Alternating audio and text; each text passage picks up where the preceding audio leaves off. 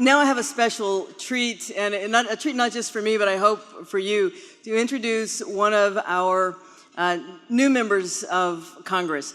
I had the privilege of being at her campaign victory party on election night. I spent 2 days in Kansas helping to canvass for her campaign, and I'm really excited for her candidacy and her win. For those of you who don't know Sharice Davids, she is now one of 2 Native American women who represent us in Congress. And for the first time, we do have Native American women. She was raised by a single mother drill sergeant. Let that sink in. And grew up in the Kansas suburbs, went to community college, but knew she needed an education to succeed. Went off, got her 4-year degree, got a law degree from Cornell, was able to work in the Obama White House. I also believe that you did some time in investment banking, mergers and acquisitions, excuse me, but decided to return to Canvas to pay it forward and to work on the reservation to help those who needed that helping hand. When she announced her candidacy for Congress, there was a Republican official who I believe referred to her as the socialist, lesbian, kickboxing Native American who should go back to the reservation, end quote. It immediately became a great t-shirt, but I will tell you that Sharice was really irked by that. First she said, I'm a Democrat, I am not a socialist, and I am not a kickboxer, I am an MMA fighter. So, Sharice Davids.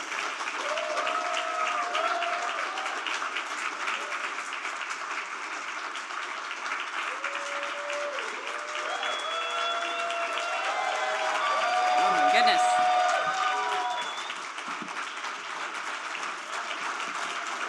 Oh. Am I up there? Oh my God. Thank you. Well, thank you. I'm so excited to be here. I was here last year, actually, as an attendee, and I wasn't even sure at that time if I was going to run for office. So it was, and it made a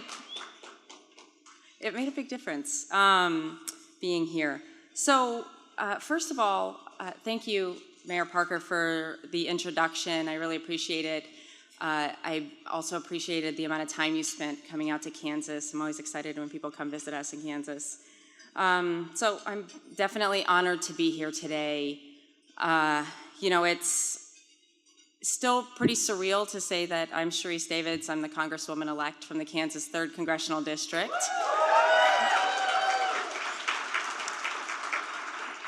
And I know I already mentioned this, but Mayor Parker coming out to help while I was campaigning was so significant. Victory Fund was actually one of the earliest supporters of my campaign, certainly at a time when no one really thought that I knew what I was doing, getting into a 6-way primary in Kansas as a Democrat. And I just am so grateful for Mayor Parker, but also in general the work that Victory Institute and Fund do to help support candidates like myself who are really trying to make sure that we can have these firsts, but that eventually we aren't having these firsts anymore. You know, we had in Kansas alone, not just my race, but we were able to elect Susan Ruiz and Brandon Woodard this year, both to the Kansas State Legislature, both out members of the LGBT community, and also both supported by Victory Fund and participated in Victory Institute events just like this. So this is so meaningful.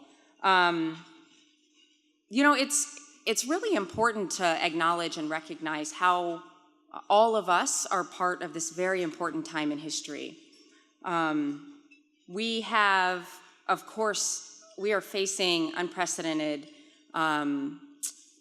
dilemmas, issues, concerns for our democracy, for our country, for what kind of country we want to be. And I fully recognize that. But we also have this opportunity to put out messages of hope. And I think that this midterm election cycle did just that. We elected the most diverse class of people that are going to come to Congress than we have ever had in the history of the United States.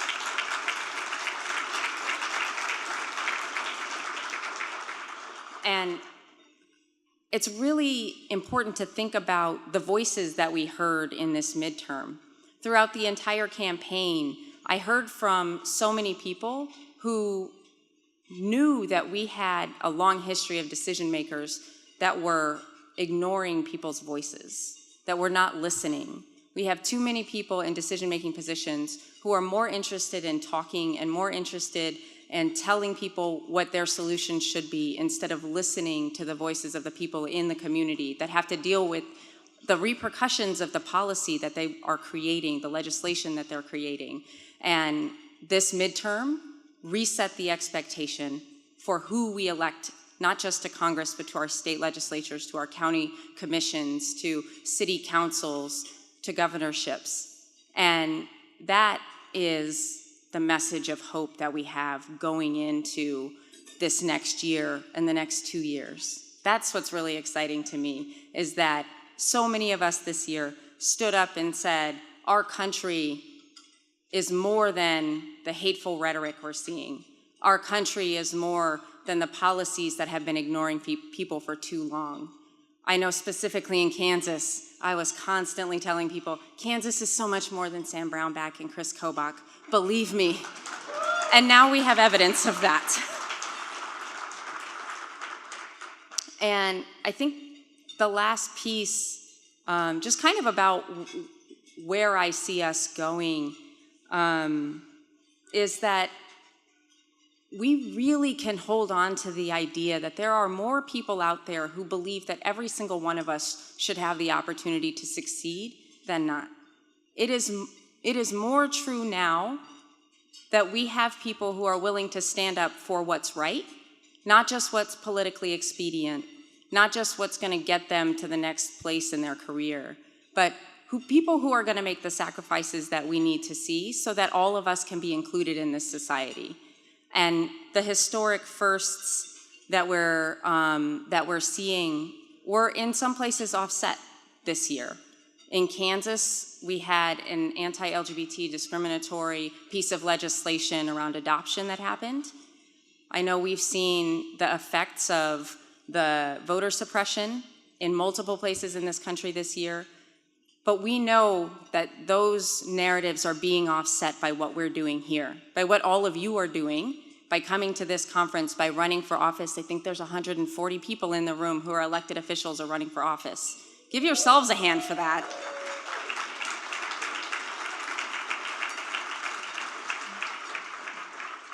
So certainly we are part of a new era in this country.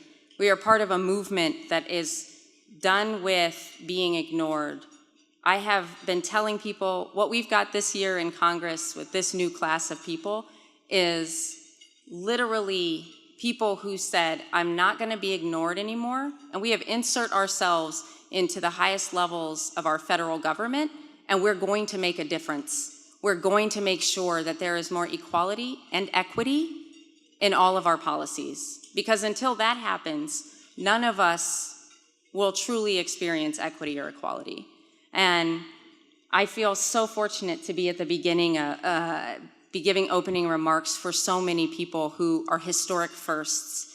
And it is such an honor for me. I know that they'll be introduced and they'll be up here, but I just want to express my gratitude for being able to just stand on the same stage with people who I know have laid the groundwork for a person like me to even be here. So thank you. Thank you to the Victory Fund, to the Victory Institute, to the conference organizers, and also to all the people who are making sure that we're eating today and that we're being served great plates of food. I appreciate how hard you're working and how important you are. So thank you so much. Have a good rest of your conference, and I'll see you later on. Please welcome back to the stage President and CEO of the Victory Institute, Mayor Anise Parker.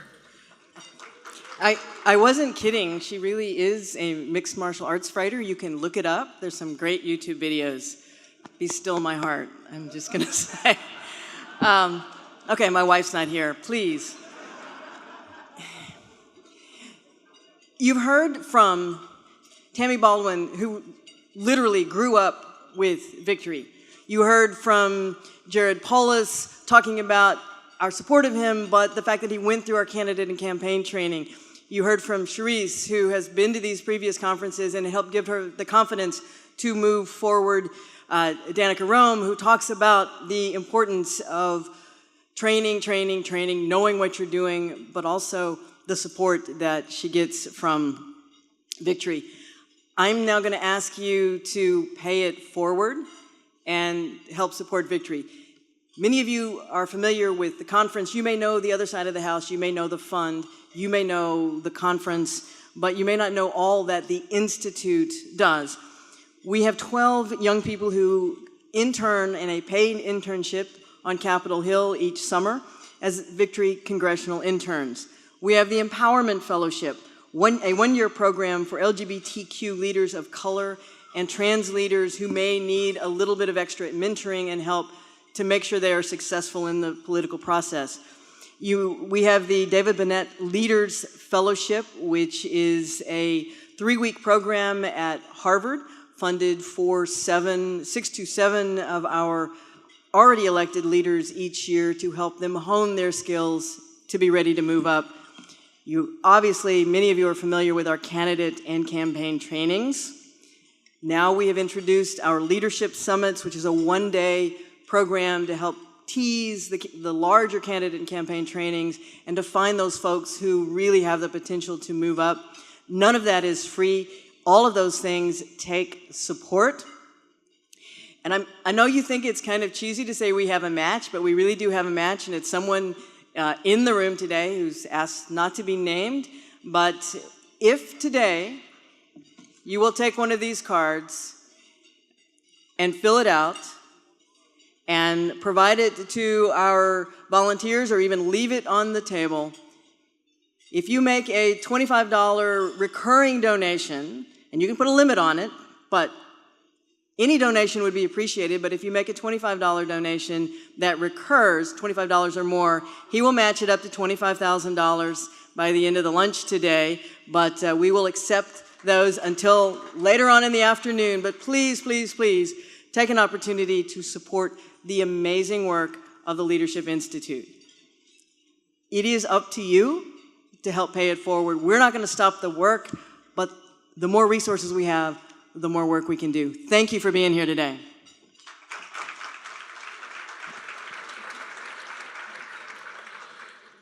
Please give a warm welcome to our moderator for the lunch plenary, Washington Post columnist and MSNBC contributor, Jonathan Capehart.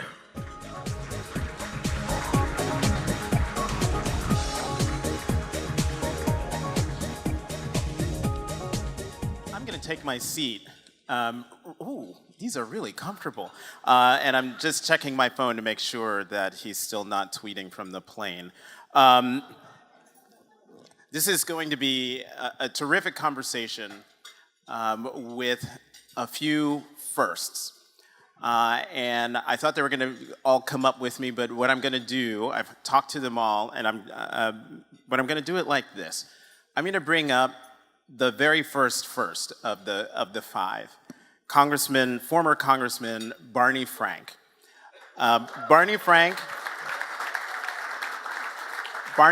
served in the Congress from the Commonwealth of Massachusetts from 1981 to 2013. In 1987, he came out, making him the first member of Congress to do so voluntarily. And then in 2012, he was another first by marrying his now husband as the first member of Congress to be married to his same-sex partner. Congressman Barney Frank, thank you very much for being here. So, and just to say to all of you, it's not them, it's me. I have a hard stop in an hour. So I want to start these conversations real briefly. As I said before, Congressman, you're the first member of Congress to come out voluntarily. What was it like for you? This is 1987. How difficult of a decision was it for you to come out? It was very difficult. I was scared. I wasn't afraid as much of the political consequences. I was pretty sure by then that I could get reelected.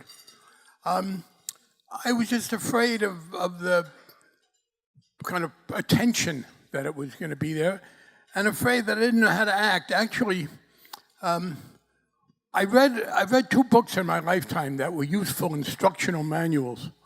One was Robert Caro on Lyndon Johnson when he became minority leader, but the other was a biography by Charles Hamilton of Adam Clayton Powell, because Adam Clayton Powell was not the first African American in the 20th century, but the first self-respecting African American. When he got to Congress, he was told in 1943, I think it was, that he couldn't use the house barbershop, the swimming pool, or eat in the restaurant.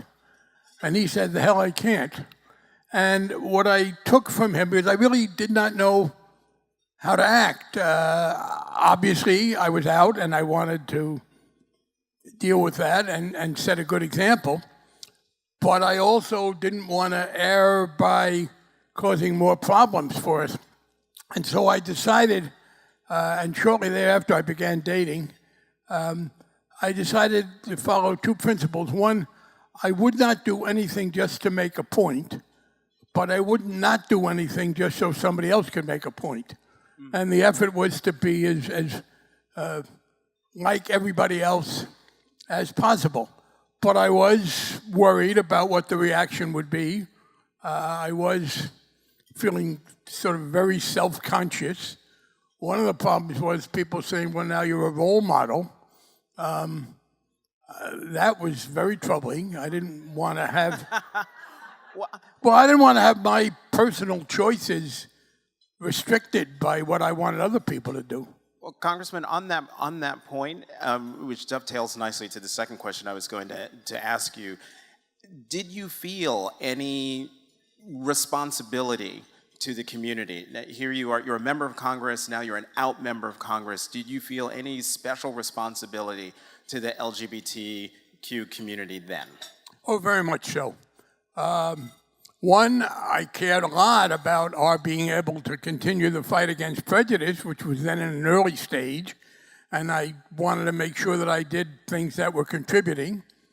Secondly, I had this set of personal connections with people who had been very supportive of me personally and politically. And I also felt, frankly, some responsibility, because one of the great mistakes I think that is made by a number of intelligent people is this notion that partisanship is somehow a bad thing. And in fact, there has never been a self-governing polity in the history of the world where you did not have political parties.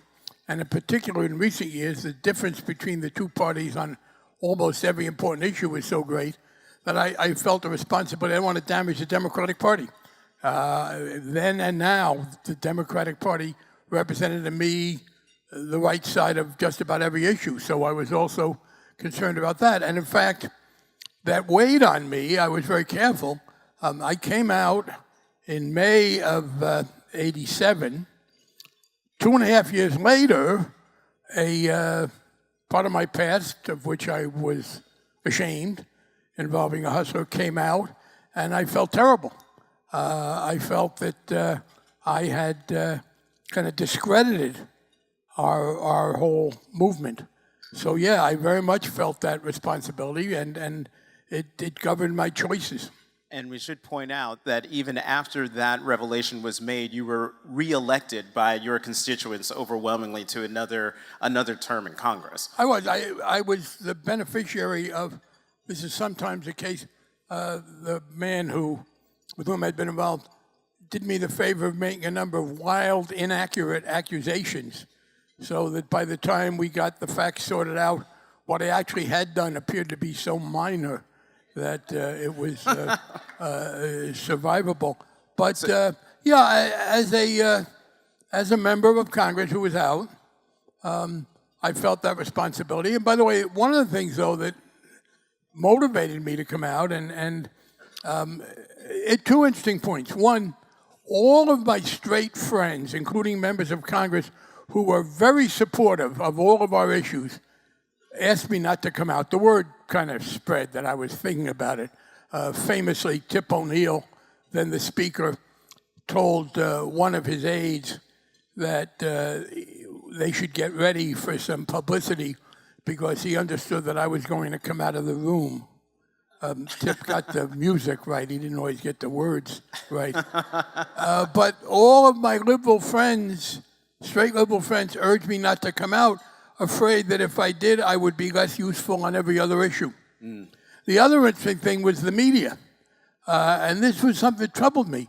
The media was respectful of my privacy. And the rule then was, and it sort of still is, that the media won't out you unless you have done something in which your being gay or lesbian or bisexual or transgender is relevant.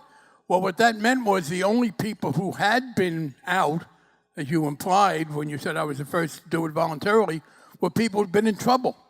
So the only well-known people who people knew to be gay, lesbian, etc., either had AIDS or had done something they shouldn't have done sexually. And I had this dilemma, and here's a sign, and I'll maybe wind up with this to show you. You asked how I felt. I was so nervous about it. This is 1987.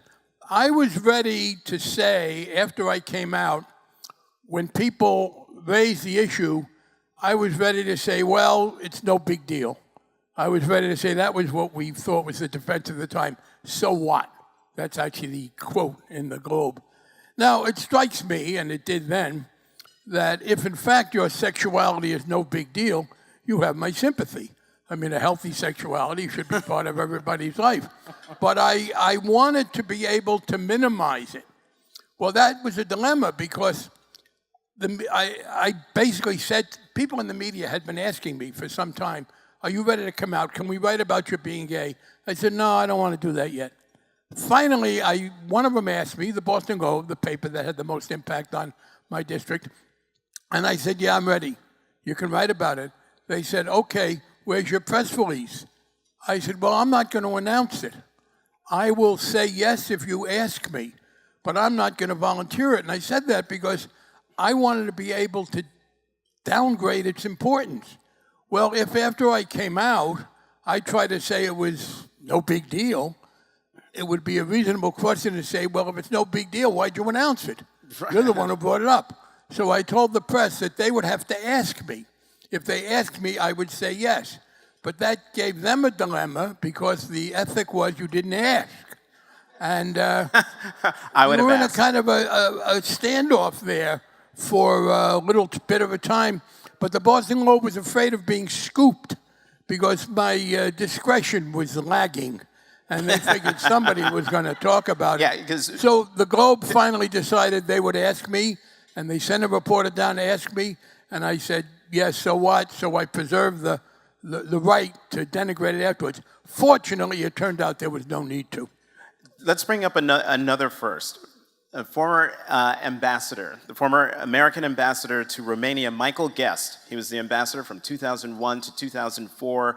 He was our country's first openly gay Senate-confirmed ambassador, Michael Guest.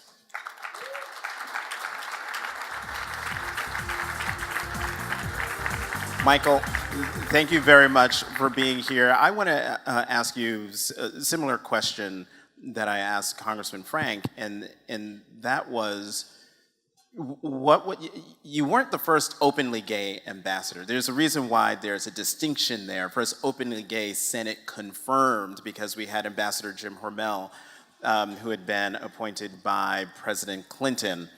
But what was it like for you to get that appointment, go through that Senate confirmation process, and be confirmed and sent to represent your country? Well, thanks, Jonathan. And first, let me say thank you to Barney Frank, because this is my first chance to actually tell him this. He was a role model for me, and I think he's probably a role model for a lot of you. He was a great legislator, but we appreciate him. Jonathan's giving me the evil eye because he's got a time schedule here. But listen, I mean, actually, to go back just a little bit, my name was coming up as a possible nominee for ambassador at the time Jim Hormel's name went down. And so it's a miracle that I'm here. There were real questions at State Department as to whether an openly gay person of any kind could serve as ambassador and be effective. I had senior Foreign Service friends who were looking out after my interest, who were urging me to go in the closet, or maybe you just come back to the States and see your partner from time to time and spend a day there, or maybe he meets you in Italy on vacation, and I refused to do that.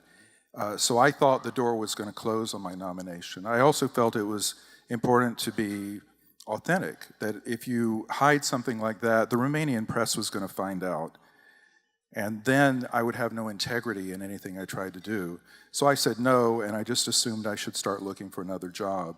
So when it happened, and the committee chose me, put my name forward, it was actually in the Clinton administration still, that my nomination went forward to the White House. They approved me.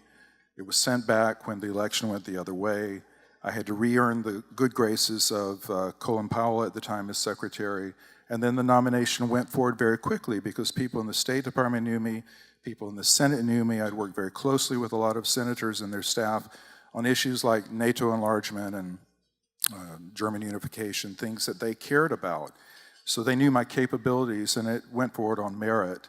I didn't have the media flurry there, but when I got to Romania, I had this huge storm of controversy because a little story that Lloyd Grove wrote in the Washington Post. At the Washington It Post. went over there and it animated the Romanian crowd.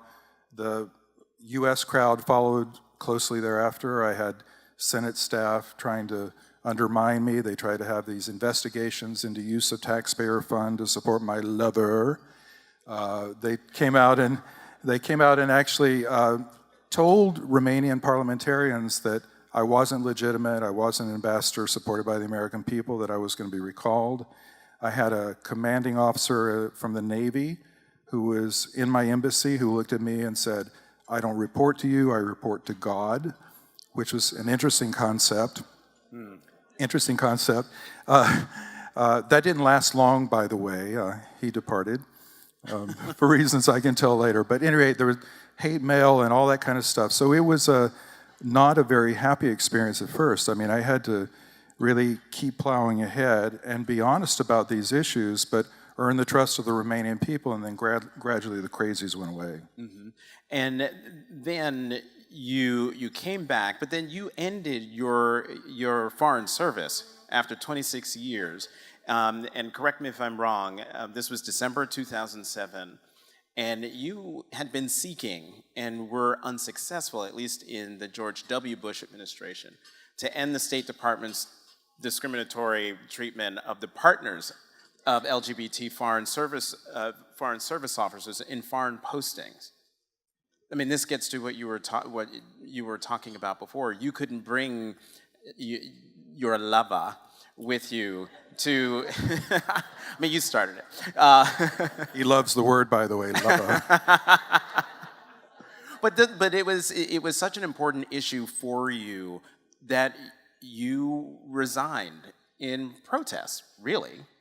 Well, I mean, honestly, when I look back at this period, I had always been a foreign policy professional, not a professional gay. But I think it sort of transformed me to go through this experience as ambassador and to see the inequalities in a direct way impacting the Foreign Service. And so when I came back, because of what my husband had been through, we've been together 22 years, by the way, yes. But because of what he went through, and also because of a conversation with a young Foreign Service officer at that time, I got active in pushing on those issues. This guy came up to me in the cafeteria just after I got back from Romania and said, "Are you Ambassador Guest?" And I said, "Yes." And he said, "I have always wanted a Foreign Service career, and I decided that I couldn't do it because I was gay. And then I read your story." And that was his first week on duty as a Foreign Service officer, which was so inspiring to me. I ran out after him after he left thinking, I've got to catch this guy and let him know it's not really that easy because of all these partner issues. And then got really involved in trying to change them. Condi Rice wouldn't change them after 3 years of trying to get her to move even a little bit on issues she could move on. And then I decided I was better off working on them outside than inside. Ambassador Guest, thank you. I'm sorry, Consul, we have got to move on to the former Secretary of the Army, Eric Fanning. Secretary Fanning served in that position in 2017. Another thing you might not know, he was, before that, was the acting Secretary of the Air Force. That was in 2013. And another trivial note, we have the same birthday, although I'm a year older. So Secretary Fanning, your first is particularly interesting because, one, the Army is the largest of the armed forces. I guess the Marines are considered more like the macho force, but this is I did not mean that as a dig. But the armed forces had just come out of the Don't Ask, Don't Tell policy. What was it like for you, first as acting Secretary of the Air Force and then Secretary of the Army, to be an openly gay man in such a high leadership position in an organization that didn't want you just years earlier? Well, mine was a strange experience because I had my first job in the Pentagon the first week of the Clinton administration as a junior aide to then Secretary of Defense Les Aspin, whom I'd worked for on the Hill. So by the time I became acting Secretary of the Air Force, a position I had because I was the Senate-confirmed Undersecretary of the Air Force, I had been in the Pentagon before Don't Ask, Don't Tell existed. I got my first security clearance when being gay was still grounds to deny a security clearance. Was there when Don't Ask, Don't Tell was created, came back in the Obama administration when we worked the first 2 years for repealing it. And I had worked through so many different jobs and over the years this issue, and repealing Don't Ask, Don't Tell was a 2-year process. It took until just after the midterms, so 2 years for that to happen. By the time it did in the building, it seemed like old news, that I was actually a little probably naive about the reaction when I was nominated to be Undersecretary of the Air Force. I knew it might be an issue. I didn't have a choice because I'd been out for a long time, and so it just became the story. But I realized it was going to be an issue. I was nominated, and that night my name changed from Eric Fanning to Gay Man, because that was the gay man nominated for Air Force job. So by the time I came into the Army job, certainly it was a much bigger story outside the building, but not necessarily an issue in the building, in part because it's a very hierarchical organization. Nobody's going to say anything to me to my face. I might hear about it behind the scenes or what have you, but by then everybody knew me. Did you hear anything behind the scenes? You heard little things. Like I remember a reporter once saying that when I was in the Air Force job, someone was going to come brief me and say, I'm going to go brief the gay guy. But the great part is if you follow up on those stories, which the reporter did, the guy came back and said, wow, he knows his stuff. And that was, I had worked with these people. If you work from one administration to another, you're going to kind of grow up with the same people. So by the time I was nominated for the first job, I knew my colleagues, I knew my bosses, I knew the people in uniform. I'd known them when they were in earlier ranks, when I'd been in the building before. So it was more of an issue outside the building than it was in the building, and it never once came up during either confirmation process. And in that position, did you feel any sort of special responsibility as being the gay guy, being the first openly gay Secretary of the Armed Forces, to the LGBT troops that were there in the building, or even in the country. No, certainly you feel a responsibility to people in uniform, but you feel a responsibility to the whole community as well, because if you're going to flame out, then it's going to be a big story. The gay guy didn't make it. So it did make me probably buckle down a little bit harder and focus on the work, but that's what gets you to a position like that anyhow, I think. But yeah, you felt an obligation, and I thought of it as an opportunity as well. I was on the Victory Fund board a very long time ago now, and I joined because I understood the importance of having someone, Brian, of having someone on someone in the room when this is debated, because I was a 24-year-old aide to the Secretary of Defense when Don't Ask, Don't Tell was being debated by the chiefs in the early 90s, and the way they talked about gays and lesbians, not knowing I wasn't out then. And so it made a difference, I knew. And I left government, I left national security, I moved to New York, I never thought I'd come back. And I realized I had an opportunity to do much like what you did, which was show that there was a path for you if you were LGBT and wanted to be in national security, wanted to be in the military, wanted to be a civilian working on national security issues. Another first, the former Speaker of the New York City Council, Christine Quinn, from the years 2006 to 2013, not only was she the first female Speaker of the New York City Council, she was also the first openly gay Speaker of the City Council. Madam Speaker, nice to see you. Madam part I always found a little tricky and exciting all at the same time, I have to say. Well, we have known each other for a long time. I used to cover you when you were not even, you were peripherally in politics, in that you were an LGBT rights advocate in New York. And then you transitioned from the streets into the halls of power. What was it like for you, fast forwarding, now there you are, Speaker of the City Council. What did it mean to you to break two glass ceilings at the same time? Well, you know, we, myself and the kind of team who worked with me, didn't really debate a lot about whether we should run or not on the LGBT or women's issues, because we figured, you know, this was an internal race, and we figured if we didn't run, then there was no way I was going to get a good committee. And I had gone from rank and file member to health committee chair, and it was amazing the difference you could make. So I wanted to be speaker, but if I wasn't going to be speaker, I didn't want to be, you know, in charge of the dog catcher committee. So we knew we had to run. When I ran, you know, people describe other people as the movers and the shakers. I like to think of them as the movers and the drainers, because that's really what they are. And they would come up to me constantly, like so frequently, and say, and I was one of two women in the race, you know, you're not going to win. I'd say, well, thank you very much. And they'd say, you want to know why you're going to win? You just stand there, they'll tell you. But they say, because you're a woman, a lesbian, and from Manhattan, which in that race was an insult. I can't explain it all. It takes too long. Yeah. Now, I knew all three of those things when I had woken up that morning next to Kim Catullo on West 24th Street in Manhattan. But you would just say, okay, thank you. So the race quickly, in how we were conducting it, what we were doing, became even more charged with, I want to win. And we're going to win, because I'm going to show these people. And then once getting elected, I really, to a point looking back that I think was not good, everything has to be perfect.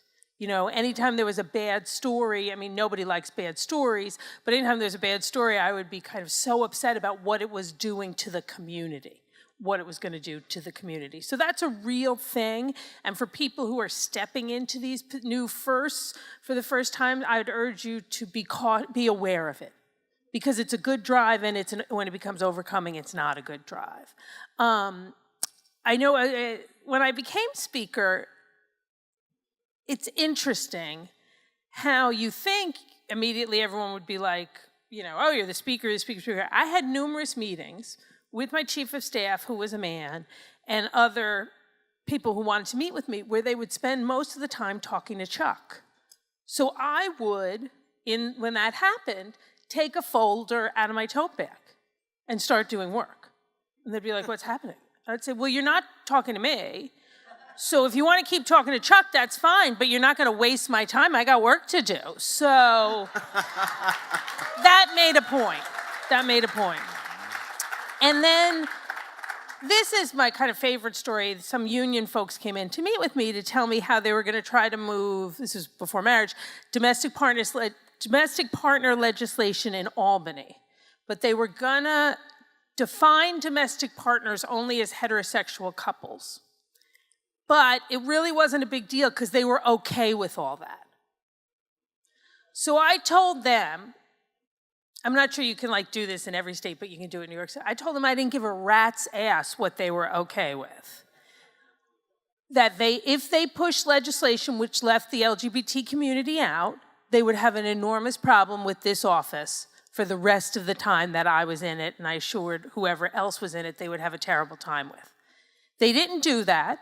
They and the rest of labor became a critical component and a huge part of the team. And it wasn't just because of this one meeting, it was a lot of things. But they became, in this union, one of the leading voices of working men and women in the fight for marriage equality in Albany. So and getting that passed. So I think one of the things too, I would also say to folks who are thinking of running to be a first or are going to be in a couple of weeks sitting down in that chair, say what you think. You don't know what one moment will facilitate in other people, because people who have not been our allies or have been our enemies, usually nobody's called them on it.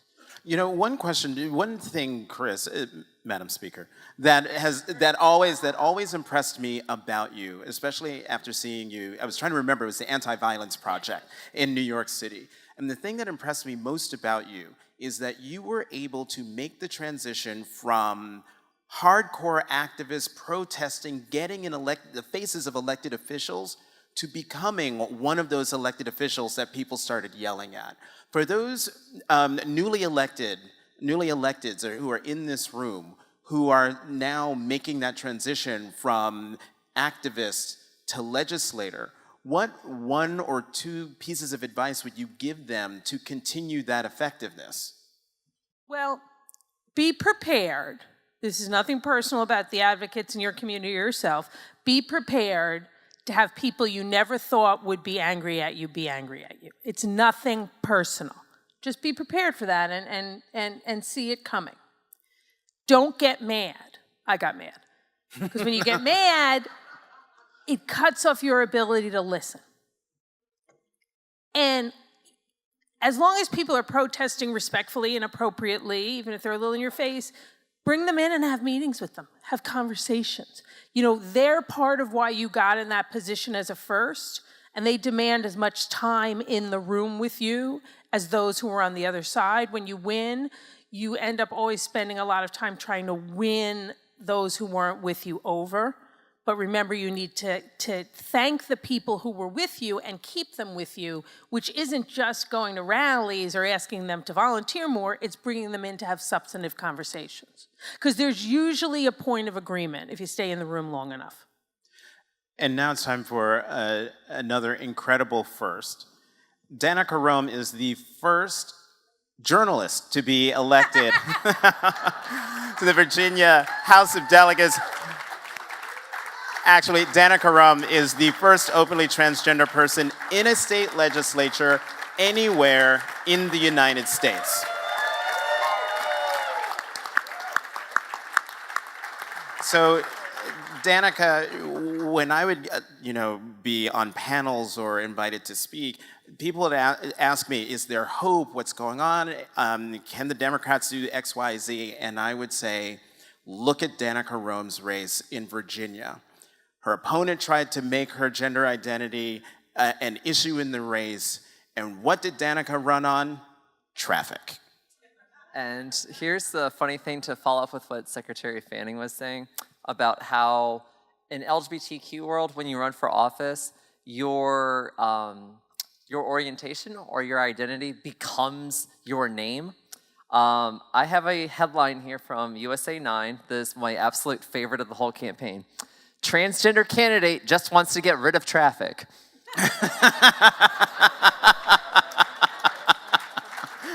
Now, I ask, now my mother's from the Bronx, so I can do this next to Speaker Quinn. I ask you, what the hell does my gender have to do with wanting to get rid of traffic off of Route 28? Literally nothing, literally nothing.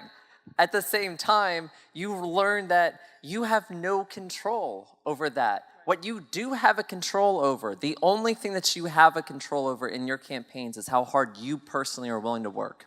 And the only thing you have control over once you're in office is how hard you will work for the people who elected you and the people who you serve in office, who are your constituents. The only thing that you have within your control is constituent service.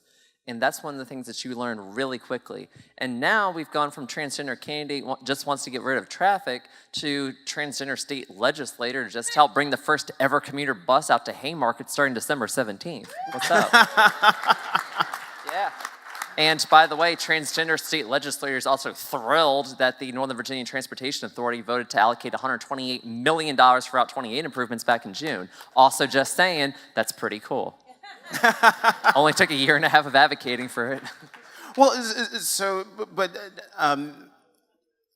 Delegate Roem, how were you able to stay focused on Route 28 and congestion and traffic when you had your opponent, you had local media, national media, all focused on your gender identity, your opponent even trying to clearly bait you into a conversation about your own identity? How and why did you decide just to ignore all that? I hate that road.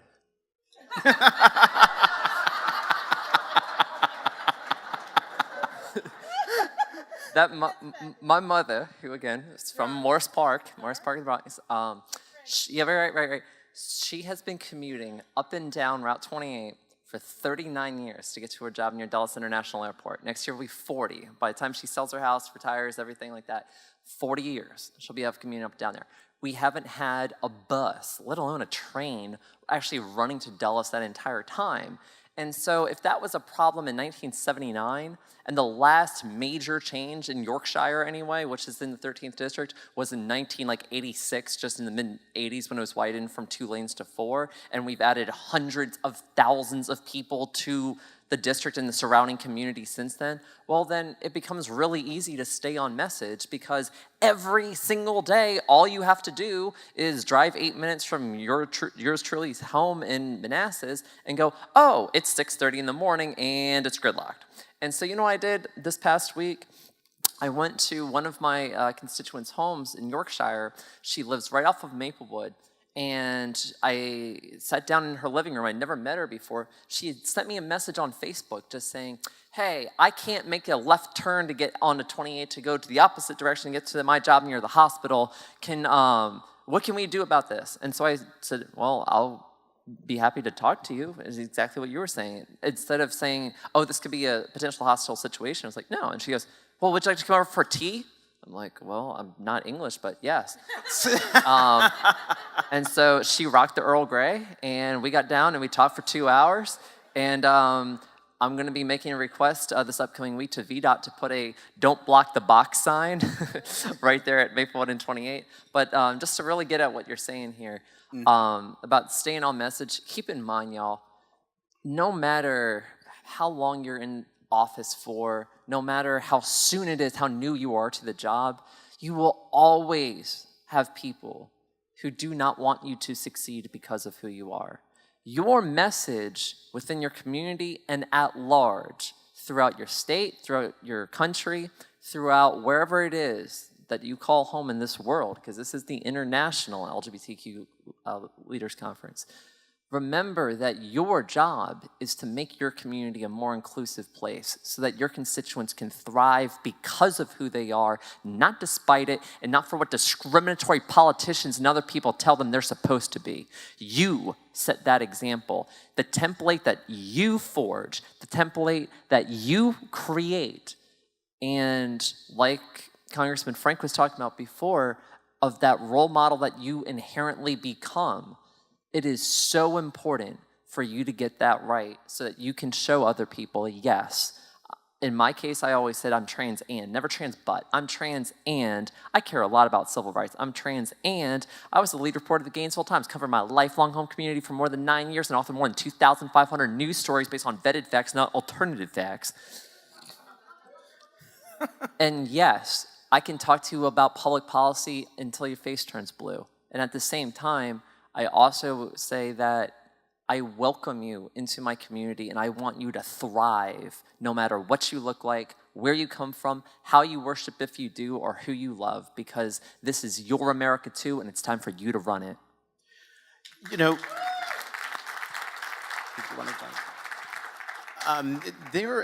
Congressman Frank said a couple of things that I would love to get some of your reactions to. One, he said at the time he was afraid of the attention his coming out would get him.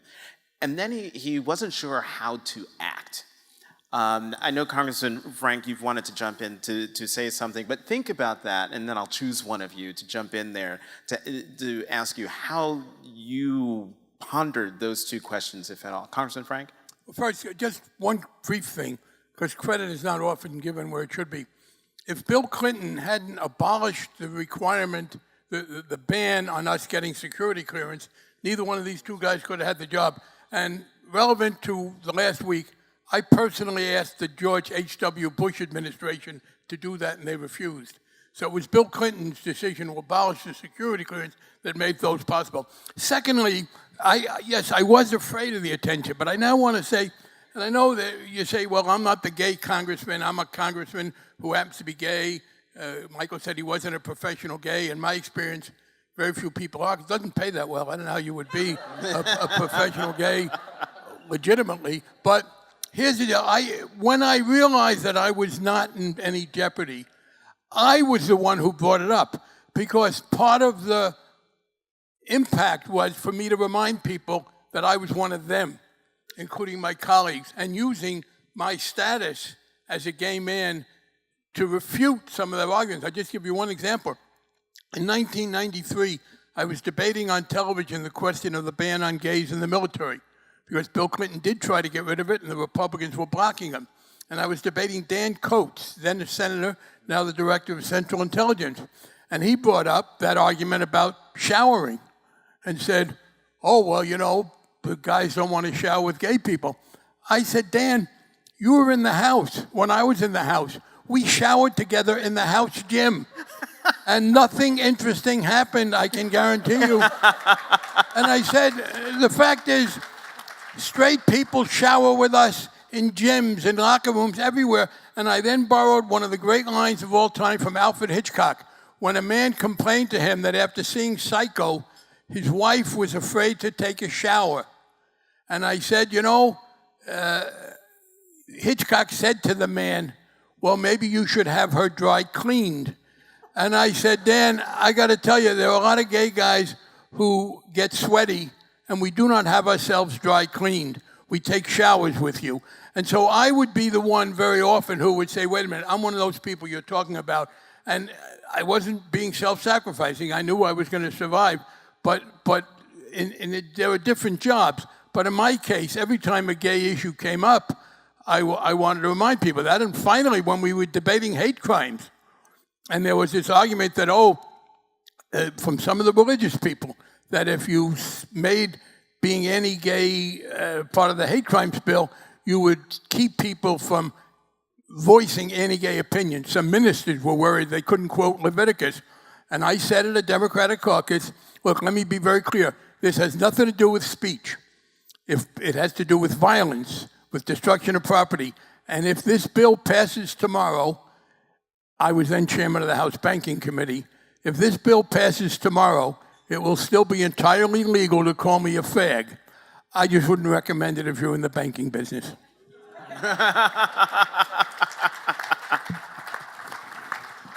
So, Ambassador Gass, I'm going to put you on the spot here in terms of this, the how to act issue.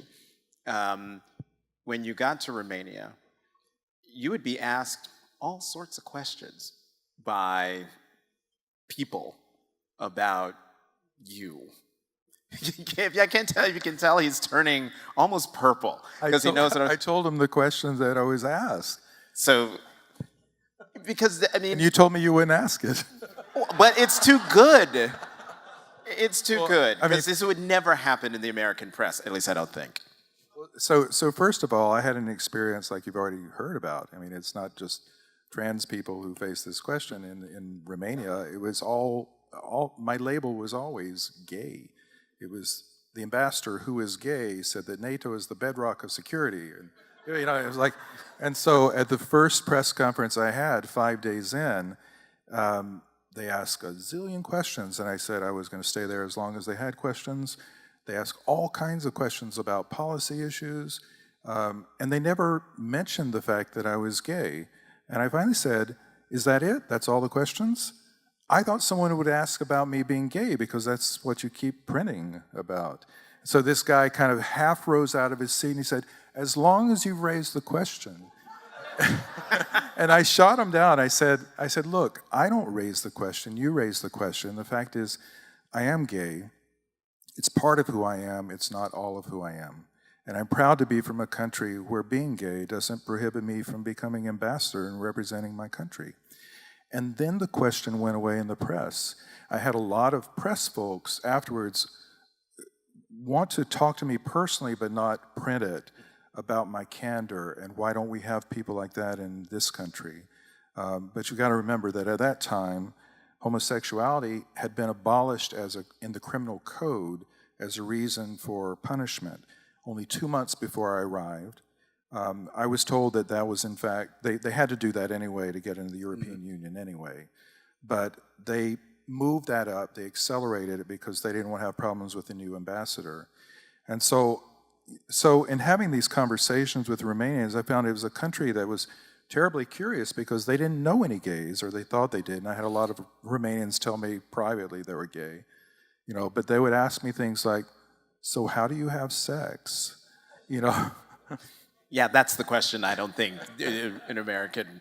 And I found ways to deal with those questions by simply smiling at them and saying, well, look, you know, we're part of humanity. We all have our ways. It's part of who we are. And they wouldn't ask it a second time generally. Well, that gets into an issue of a matter of respect. Has either of you been in a situation where you felt that your sexuality, your gender identity, was being used as a way to disrespect you as a person or disrespect you in your office? Danica, I see you reaching for the microphone. So last year in the campaign, I had transphobic TV ads, radio ad, or well, as opposed to radio ad, radio commentary, transphobic mail pieces, robocalls, flyers being left out all through my district the day before the election, and I won by 8 points. So yeah, go ahead and try that again and watch what happens in 2019 when I won by 20. Now that's during a campaign, but say... Oh yeah, well, in office, here, I'll give you another one in office, sure. Yeah. So for the first, like, almost all of session this year, it was a non-issue among colleagues, right? And then the second to last day I'm in session, one colleague, and I never call out a colleague by name, I just simply say one colleague asked me to come outside for, quote, a breath of fresh air. So I went outside, and then he immediately tried to save my soul. To which I replied, you do know I went to 13 years of Catholic school, right? Oh, really? Yeah, there's literally nothing that you're gonna tell me that I have not already heard. And in Catholic school, you learn two things. Number one, conversion therapy does not work. And number two, a quote from St. Francis of Sales, be who you are and be that well. And the best person I can be is the best delegate I can be, the best girlfriend I can be, the best stepmom I can be. And the way that I see this is after I had my very polite outdoor conversation in which I only made a few, we'll just say, terse remarks, the question hasn't come back up again. Mm-hmm. And there were people who were wondering, like, I think a really funny instance of this was we had a press conference about Medicaid expansion, which we got done for 400,000 people. What's up? And so a reporter's coming up to me after this press conference. I didn't speak at the press conference. I was there to support, but I was ready. And so like, I've got all the Medicaid, things I want to talk about. How like there's 3,700 now. There's actually 3,800 of my uninsured constituents who really need health care, and this is going to provide it for them. And okay, and I've got everything in my head ready to go. And then the question comes from the reporter. So the Speaker of the House has decided to only refer to the members as delegate now, as opposed to gentlewoman or gentleman, as they had done before you were sworn in. What is your take on this? I'm trying to expand healthcare to 3,800 of my constituents right now, and that's the one we're going with? Yes, clearly that was not done to be charitable toward me. No kidding. When we have a Democratic majority, then I will be the one who stands up, and after someone says, the gentlewoman from Prince William, Delegate Roem, I will then say, thank you, Madam or Mr. Speaker. I think it would be a great idea if we continue referring to each other in the very progressive, gender-neutral fashion that we've been continuing doing, but I would like to have my one moment of recognition. Mm-hmm. Chris, you talked about how you, the instance of sexism, but as an LGBT elected leader, did you face, even in New York City, even as Speaker of the City Council, did you face homophobia from people sitting across the table from you, either in negotiations or what have you? Well, I think that example about the union, right, was certainly one of those, that they thought all they needed to do was tell me and it would be fine. And I certainly had meetings with people where they would start off with like, you're not gonna like this.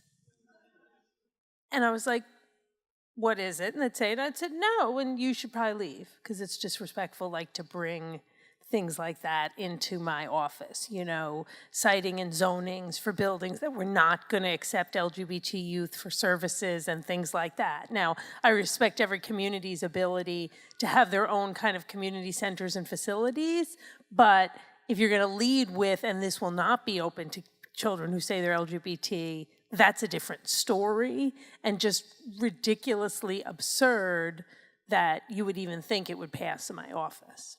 But I do think, just generally, both in my speaker's race and in my unsuccessful mayor's race, the issue of sexism and homophobia, particularly for lesbians, is very, very connected. And also, and that actually raises another question that I want to ask you. Did the amount of pressure and scrutiny and responsibility, did it ratchet up because you were seeking to go from speaker to mayor? Oh, absolutely. I mean, absolutely. And the, again, the race, although it had people who were to my face homophobic for speaker, was still an insider's race. Do you know what I mean? So it was a little more protected.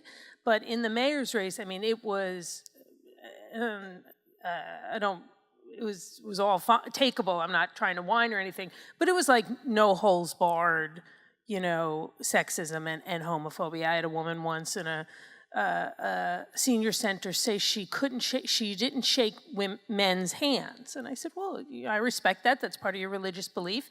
And she said, so I can't shake your hand. Ooh. I sat one evening at a forum. We had endless fora when I was running for speaker, and this was, at that point, we're having forums with the Democrats and Republicans together, so one of the candidates then was an evangelical reverend, and he started talking about his platform was going to include not allowing the NYPD to patrol the Pride Parade because it was a waste of city money on this, blah, blah, horrible, horrible, horrible, hateful things. And I then asked for a point of personal privilege, and we had prior been speaking about anti-Semitic hate crimes. And I said, look, you imagine, I said, if this is a place where we're going to talk about hate crimes, we have to talk about all, et cetera, et cetera. And it was just a terrible moment. And what was worse was only one of my opponents said anything. Actually, to his credit, the now Mayor Bill de Blasio said, I want to speak in support of what Chris just said. So it was very, it wasn't veiled at many points. It was flat out there. But you know what? That's when you just have to, and I did in that chair, just sit up taller, sit up stronger, recognize saying what I said definitely helped somebody out in the audience, I don't know who, and then just killed every other question that night. They may not vote for me, but you know what? They'll damn well know I was the smartest and best qualified person on that stage, and that's just what you have to do.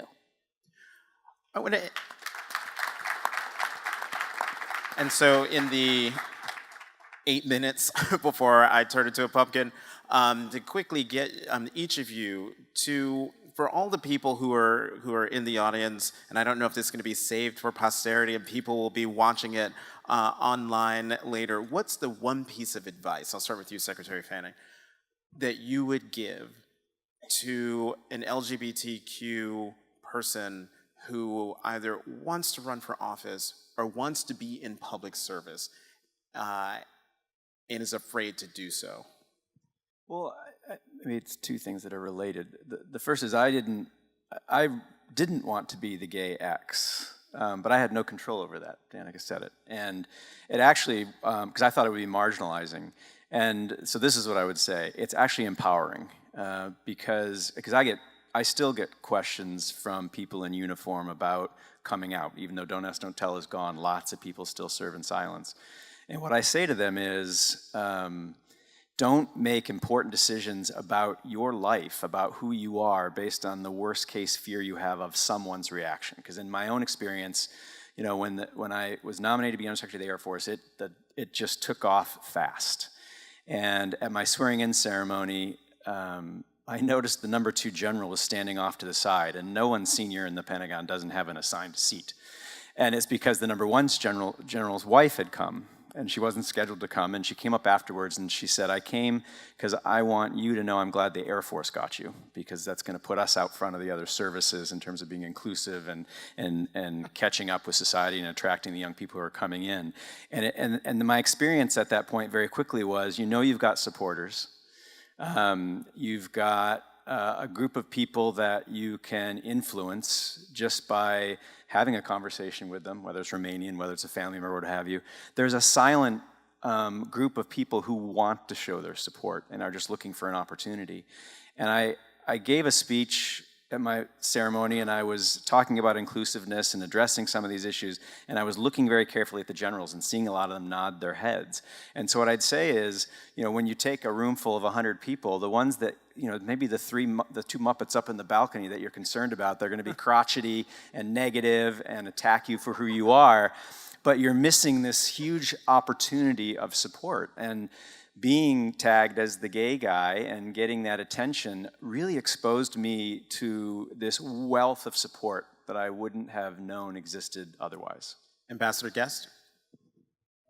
So I think that integrity is really important to your effectiveness in anything you do, and that's what I would tell folks. I mean, I found in Romania, being true about and open about who I was really changed the dynamic. I mean, people started coming up to me and saying, we don't have anyone that in the country that is honest about these kinds of things. Why do you do it? How do you do it?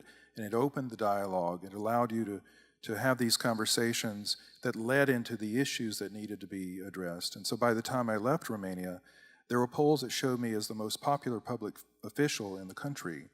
And that's talk about burying the lead. You know, and I also should say, you know, I was attacked pretty viciously by a nationalistic, misogynistic, populist leader, sort of the Donald Trump of Romania at the time, on grounds of my sexual orientation. And he would write open letters to the press on things like, I'm sorry you didn't come to my event because you were having your period. I mean, it was just that kind of stuff. And every time he did that, I got a chorus of responses from other political leaders and increasingly from other social leaders in my favor. The issue really died down. Romania is a very homophobic country even now, it truly is. And that has a lot of reasons to do with culture and history and religion in particular. And yet the country has moved on in ways, and it moves, any community moves on, I think, if you're being honest about who you are. Congressman Frank? I'll just take one point. there is a temptation if you are running for office and you're openly gay or lesbian or bisexual or transgender to spend a lot of time being reinforced by our own kind. The secret that a lot of candidates don't like to acknowledge is that campaigning sucks. It is not fun. It is not anything you would do if you were a normal person not running for office. So there is this tendency with all this pressure to be bathed in the warm affection of our fellow gay, lesbian, bisexual, etc. Don't do it. One of the stupidest things that I've heard is when other gay and lesbian people tell an out gay or lesbian candidate, don't take us for granted. If a gay or lesbian candidate can't take other gay or lesbian people for granted, he or she has no chance to win. You've got to start with your base and expand it. So please ignore that kind of temptation. The only other thing I would add is this. There are haters out there. Ignore them. Don't worry about them. And as to whether you should run or not, why not? What do you got to lose? The worst thing that happens if you lose is that you weren't something that you weren't before. The negative consequences, I don't know of any openly gay or lesbian candidate who ran for office and lost and suffered anything other than simply not having the office. The gentlewoman from Prince William County. The first bit of advice, and I'll keep it really short, is go to the Victory Institute's candidate campaign training program. I did, and it works. I also went to Emerge America's boot camp. I went to a 2-day training with the House Democratic Caucus. And what's up, Delegate Mark Sickles from the House Democratic Caucus, who's here. I think yesterday I saw Delegate Adam Evan from State Senate, and I don't know if Delegate Levine's here, but or if Delegate Adams are. But our LGBTQ caucus has grown, and it's grown because you had people who were visible and who had the courage to be vulnerable enough to be visible to put their names on the ballot in the first place. And the more that we do that, the more other people will be inspired to do the same, and it will grow and grow and grow, as we saw with this election right here. And the second part that I guess I would tell you here is that when you get in, yes, you'll be attacked. Yes, as we were hearing earlier, some of folks who you would think would be your natural allies and folks who you knew in the primary and everything else, sometimes things will happen and people might be upset with you, or you didn't even know that there was an issue and then something came up, right? Just take the time.